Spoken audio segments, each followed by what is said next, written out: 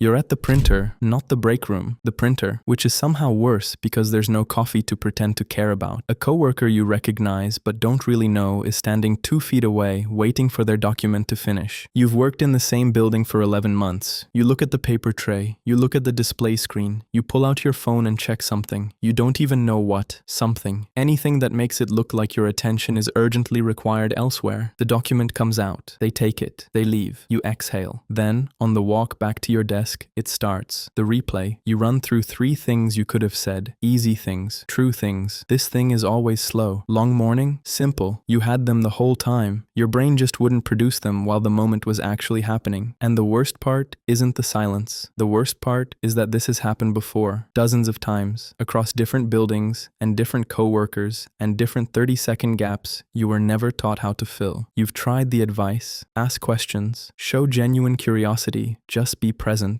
You've stood in those moments actively trying to be curious, trying to produce something, and felt your brain lock down even harder the moment you pushed, like pressing on a bruise to make it stop hurting. The advice didn't fail because you failed. It failed because it was never built for what actually happens inside your head when someone unexpected walks in. That's the part nobody explained. Here is what is actually happening in that moment at the printer. The second an unfamiliar or unpredictable social situation appears, someone you half know, an unscripted gap, a silence with no obvious exit, a part of your brain called the amygdala flags it as uncertain. Uncertain, not dangerous. But your brain doesn't always distinguish between the two cleanly. It shifts into what researchers call a threat monitoring state, scanning, watching, trying to read the room and calculate the risk before committing to anything. And while it is doing all of that, while it is running that background scan, the prefrontal cortex, which is the part responsible for language, social reasoning, and spontaneous thought, goes significantly offline.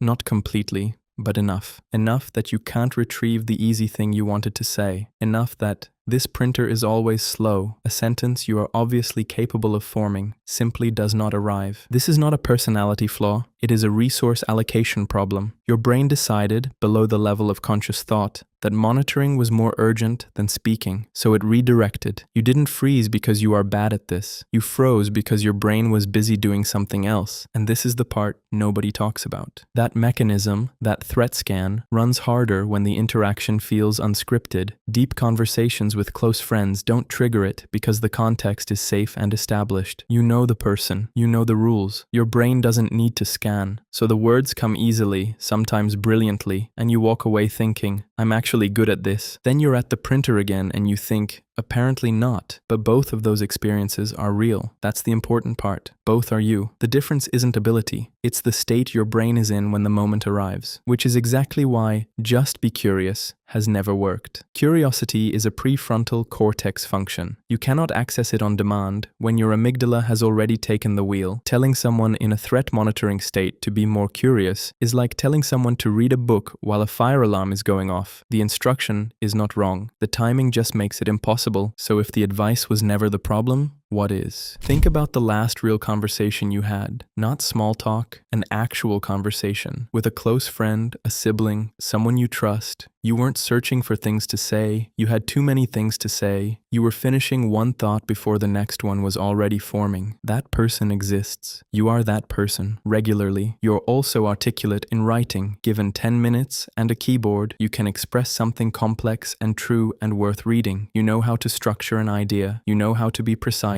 That is not nothing. Most people cannot do that. So the problem is not that you have nothing to say. You have plenty to say. The problem is that a specific type of situation, unscripted, unestablished, low stakes, but socially uncertain, triggers the scan, and the scan shuts down access. Not forever. Not even for long. Just long enough for the moment to pass and the phone to come out. That is a trigger problem, not a character problem. The distinction matters because a character problem is permanent. You either have the thing or you don't. But a trigger problem is situational, which means it responds to the right kind of input at the right moment. Not confidence, not a mindset shift. Something simpler and more mechanical than either of those. What you need is something that works before the scan quiets down. Something that doesn't ask your prefrontal cortex to be creative or spontaneous or curious. Because in that moment, it can't be. Something that works precisely because it requires almost nothing from the part of you that has gone offline. there is one tool that does exactly that. The tool is called an observation opener. That's it. That is the whole thing. An observation opener is simply noticing something that is already present in the shared environment, something you can both see, hear, or experience, and saying it out loud. Not something clever, not something impressive, not a question designed to show curiosity, just a plain, true, low-stakes statement about the situation you are both already standing in. You are not performing. You are not trying to be interesting. You are doing the one thing a nearly offline brain can still do: report what it sees. Here is what it looks like in practice. You are back at the printer. The coworker is standing next to you. Instead of reaching for your phone, you look at the display screen and say, "This thing takes forever." That's it. You don't need a follow-up ready. You don't need to turn it into a conversation. You just said the true thing that was already in the room. Now consider the gym. You've been going to the same one for 4 months. There's a guy you recognize. You've nodded at each other a few times but never spoken. The cable machine you both use has been out of order for 2 weeks. You finish your set, he's waiting, and you say, "That thing's been down forever." Same structure, different room, almost the same words. His brain now has something to respond to, and most of the time, it will. Now a different environment entirely. You're in the waiting room at a clinic. It's running late. The person next to you shifts in their seat for the 3rd time. You say, "Running behind today." Not a question, not a complaint, just the shared truth of the room, spoken out loud. This won't start a conversation every time. Sometimes they'll nod and look away. That's fine. You still spoke. That still counts. One more. You're visiting family. There's a relative you only see twice a year, the kind where every conversation starts awkward and stays there. The food is taking longer than expected. You say, "They always underestimate how long this takes." Simple, shared, true. Notice what none of those lines required. No wit, no warmth you didn't feel, no creativity, no humor, no performed curiosity. Every single one of them could be produced by a brain that is almost completely offline, scanning, frozen, reaching for an exit. That is the entire point. Here is why it works at the level of the mechanism from part 2. The threat monitoring state your brain enters in those moments is scanning for uncertainty. What it needs, the thing that begins to quiet the scan, is evidence that the situation is safe and predictable. An observation opener provides exactly that.